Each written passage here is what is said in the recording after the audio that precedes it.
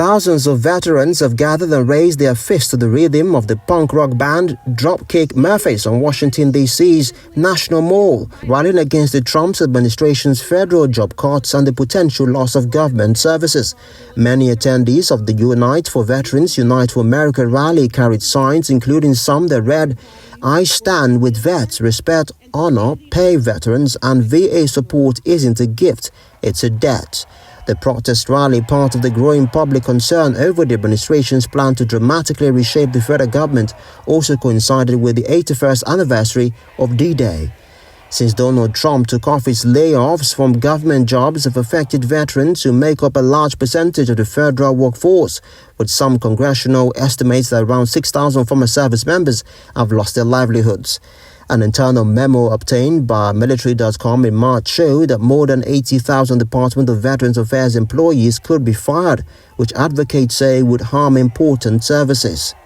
The protest brought together veterans, advocacy groups, and service members from different generations like Randall Goldberg, a former Army soldier who said he left the service in 1970 and is angered by the Trump administration's actions when it comes to veterans. It's humorous, it's funny to watch the love affair break up,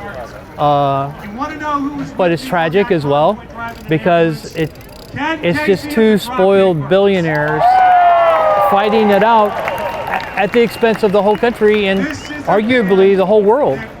The cuts at USAID have already cost millions of lives, not American lives, but lives of people around the world that Americans have always been proud of helping. I'm sorry. I'm just very disappointed in my country. First of all, here you are cutting a whole lot of programs, but you're going to spend a great deal of money, to have a parade, for yourself. Because the man is selfish. He doesn't care anything about anybody but himself. And I don't know how come the American people hadn't figured that out yet. They had this campaign of eliminating black history, and taking out people who were pioneers. First of all, black history is part of American history. It always has been. How do you erase that? How do you sweep that under the rug? No, I don't like it. It's crazy. Because that's a direct attack on me. Matter of fact, people of color, period, the indigenous people of this country, it's an attack upon them too. Please, to a man who was a coward. Was a coward. In addition to numerous generations of veterans in attendance, vocal veterans in Congress also spoke and made appearances at the event.